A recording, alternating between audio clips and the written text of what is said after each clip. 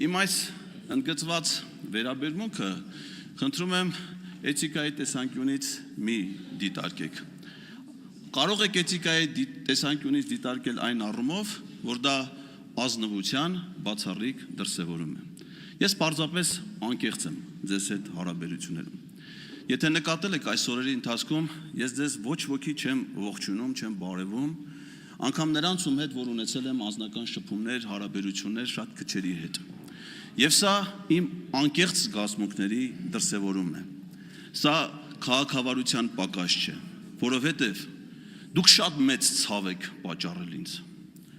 Դուք շատ մեծ ցավ եք պատճառել մեր ամբողջ ժողովրդին։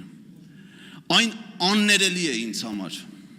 Եվ ես կարող եմ ձեր նկատմամբ փոխել իմ վերաբերմունքը միայն այն դեպքում, եթե դուք դահլիճի այս հատվածից ձեր սեփական որոշումներով տեղափոխվեք դահլիճի մյուս հատված, որտեղ նախատեսված են տեղեր նաև անկախ պատգամավորների համար։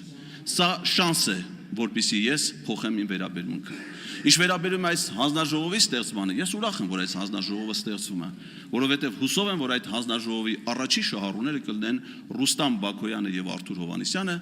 ովքեր որ իմ հանդեպ ցուցաբերել են անհարգալից վերաբերմունք եւ մինչ օրս չեն կատարել դատարանի օրինական ուժի մեջ մտած վճիռները, որի համար Վեդու եւ Շենգավիթի քննչական բաժիններում հարուցված է քրեական վարույթ։ Շնորհակալություն։